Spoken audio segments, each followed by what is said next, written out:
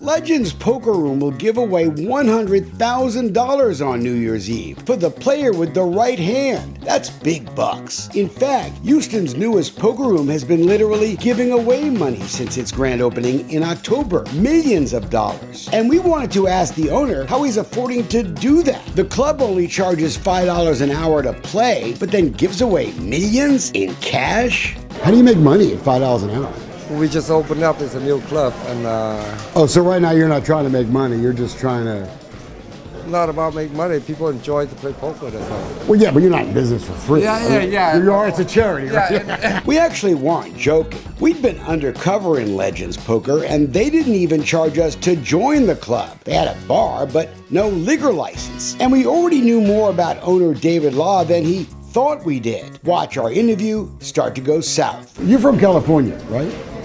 Yes. Unlike Texas, the state of California regulates poker with a gaming commission. Didn't you get in trouble out there? No. I don't get in trouble anyway. That's not a... Well, there was an investigation of money laundering. The owner of Legends Poker, he's lying to us. And here's how we know. Law had his gaming license revoked in California as part of a money laundering investigation into the now shuttered Normandy Casino, where piles of cash were turned into chips without required money laundering reporting. The casino's owners were required to pay back $2.4 million for violating the Bank Secrecy Act. So you were never told you can't have a gambling license? Listen, buddy, talk to my lawyer. A decade earlier, Law's family had been fined $1.6 million for another fraud, tax evasion. Most places that have organized gambling have commissions to oversee things to prevent some of what's happening in here. Justin Hammer is in the poker tournament planning business here in Texas, and he knows there's a new kind of game being played in this town. Some of these places,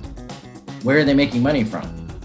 They're claiming millions of dollars in income, but they're doing a business model that can't possibly generate millions of dollars. So what's happening?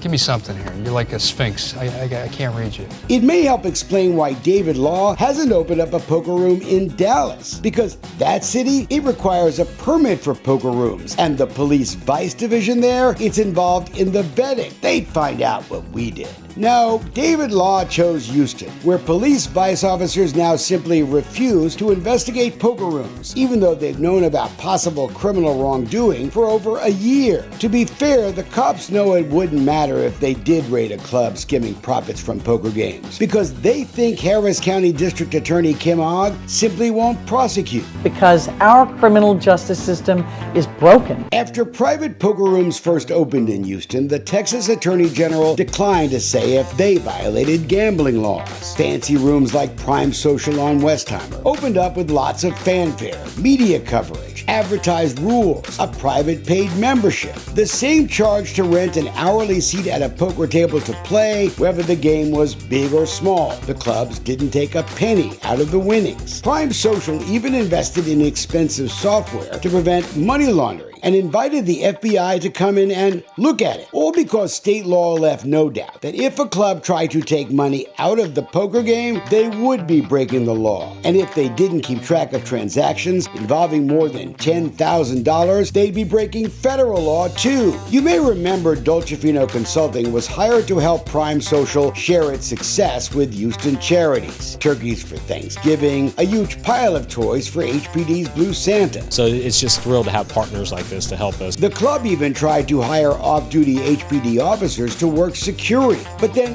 without warning, this happened. A raid by law enforcement at 2 poker clubs in Houston. 9 people now facing charges. Houston cops, at the direction of the DA's office, arrested and charged 3 Prime Social managers with money laundering, even though they were doing exactly what they were advertising they were doing. Lawmen even staged a perp walk for the TV cameras. That raid would eventually blow up in Kim Ogg's face, and we helped light the fuse.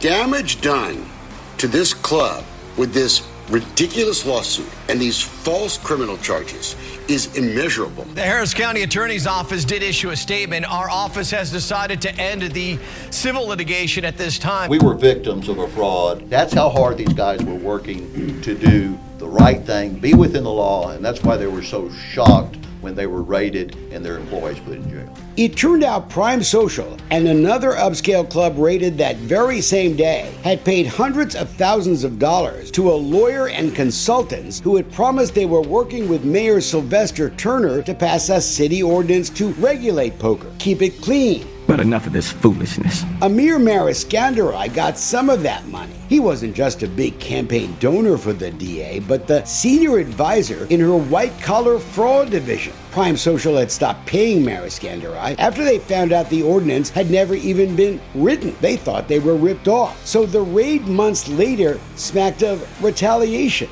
not justice. Ogg was forced to drop the charges when confronted with her internal scandal. She abandoned white-collar prosecutions after that. But 3 years later, she's still fighting to keep the whole truth about the conflicts in her office a secret. There's even allegations now that Ogg retaliated against the prosecutor who first unearthed the possible conflicts in her office. And Prime Social, they're still suing the law firm of Jones Walker. Poker rooms have spread all over town since that failed raid. But as you're about to see, a lot of the new clubs, well, they're playing a very different game. That's one of the reasons that right before Thanksgiving, Attorney General Ken Paxton was asked again to issue a legal opinion on what's clean and what's not in these poker rooms. David, I'm not finished.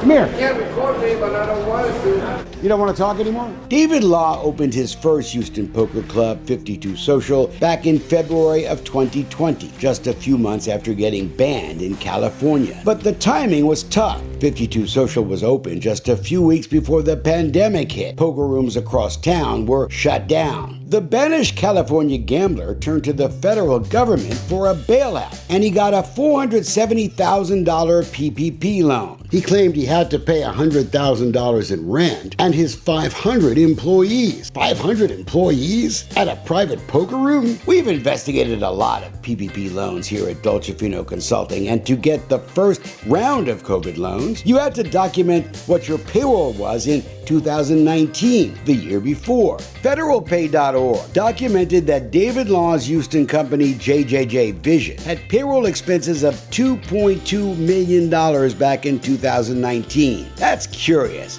I'm confused. Because JJJ Vision wasn't even incorporated until October of 2019, and the poker club wasn't open. We had a contract! I don't know whatever happened to the money, be honest with you. We asked former world poker champion Johnny Chan about that PPP money, because Chan used to be a partner with David Law at 52 Social. You know, whoever gave me the loan, I think they should have done more investigation before the loan approved. However, but they got the money, nobody knows why. Where the money went, either in their pocket or they put it back to the employees. There's no question there's now bad blood between these guys, and it involves more allegations linking David Law to possible money laundering. A red alarm to the IRS, because they're the ones who keep a close eye on gambling joints because of the large amount of cash that passes through. Johnny Chan sued David Law and a third owner of 52 Social in 2019, claiming the club had doled out hundreds of thousands of dollars monthly to owners and employees called house players. They used that money to play poker and provide possible kickbacks to the owners. That case is now settled, but in a city where gambling rooms are not regulated at all, the court documents were ignored by the cops. 52 Social is no more. It's now known as Johnny Chan's 88 Social. David Law's Legends Poker, it opened just a few doors down. But here's something that may make David Law feel a little bit better about our investigation and our surprise visit. He's not the only one who may be playing fast and loose with Texas gambling laws. Empire Poker Club has two locations, one on Westheimer, the other out in Katy, and we've been to both, with a hidden camera, of course. Empire has no liquor license on file, which means it hasn't paid a penny in state alcohol taxes. But we got a cocktail there. Here's how some of those poker clubs are evading the TABC and those taxes, or at least trying to. So do you guys have a liquor license? Are we on camera right now? Yeah. Do I have to pay? I don't want to be on camera, but yeah, you got to. Do you have a liquor license? no. The drinks are free at Empire Poker and Katie when you're playing the game. Just tip the waitress. How much? It's just tips, but it's not in the house. I buy the alcohol and I work for tips. The same thing happens at Poker 101. Let's say 5. Oh, no, it's complimentary. Oh, I get it. And it didn't cost us to sit at the poker table and play at 101 or free rolls, now Stars Poker. So how are all these places staying in business? I'm sure the rent isn't free, all those big screen TVs, the fancy poker tables, that must cost plenty. But nothing we saw on hidden camera prepared us for what else the Empire floor manager would admit on our TV camera. How do you guys make your money? How do you make your money if you don't charge people seat rental? We have a jackpot that we offer. That they can win money with. No, but how do you make money? You take money out of every pot. Yes. How much you take? 5 bags. 5 and 10. Okay. 5 or 10. Taking money out of the pot is called raking, and the law is pretty clear. That's illegal in Texas. But we've spotted that rake at a number of Houston poker clubs, right out in the open. There it is. And on Poker Atlas, the website that tracks the poker world, it isn't much of a secret, as much as $20 a hand. Take a look at the reviews of a number of Houston clubs. Empire, 101, the old free rolls, and of course, David Law's new place, Legends. You can already find warnings about David Law. Wonder if vice cops even read this stuff. Players are flocking to these new places because they don't have to pay to rent seats anymore, often not to even go inside. But maybe they ought to check their hands. If you do the math, you'll see raking actually cheats the players at the table. Clubs that charged a seat rental of, let's say, $16 an hour, they were profiting on a full poker table about $160 an hour. But what if the rake is $10 out of every pot? There are 30 pots an hour in a poker room. That's $300 an hour taken from the players. Bigger profits for the club, even if a Texas law makes it illegal to take that economic benefit from the game. But isn't taking an economic benefit out of a pot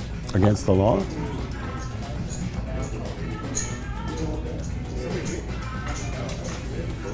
But hey, why worry about a possible felony when the cops are all looking the other way? How much money is coming through this town now on gambling, poker gambling? Millions. Tens of millions. Big wads of cash is what the federal government, the IRS, they love to keep track of that stuff. Transactions over $10,000 must be recorded and reported. But are they really following those federal bank secrecy laws at places like Legends and Empire? Do you guys report when people make a certain amount of money on winnings? Like 10,000? Do you report it to the IRS? It's all cash flows. And that's when someone else playing at Empire volunteered that my new buddy Raj was talking too much. Oh. Anytime. Oh. Yeah. All right. So how do you work the alcohol? I really don't want to be on camera right now. So. That's fine. I think we're done here. We've already discussed with the state controller's investigators that some of these clubs aren't even paying sales taxes. There are places that are not paying any sales tax at all. Look, the amount of business that's going through Houston, it's 7, maybe 8 figures worth of tax revenue that could be coming into the city that isn't. Houston now has some of the biggest poker games in the country. Tournaments that bring in millions. You can see it on Facebook, on par with Vegas. If Houston City Hall is looking for revenue, they could start putting a fee on poker players like we do on folks who walk into topless bars. It would raise millions of dollars and could be used to fund enforcement of gaming laws in the city. Look, we get why poker players love all the giveaways. At Johnny Chan's right now, you can get $300 worth of free time just to play. That's nearly 20 hours. But how does that work out financially? You run the risk of ruining it for everybody.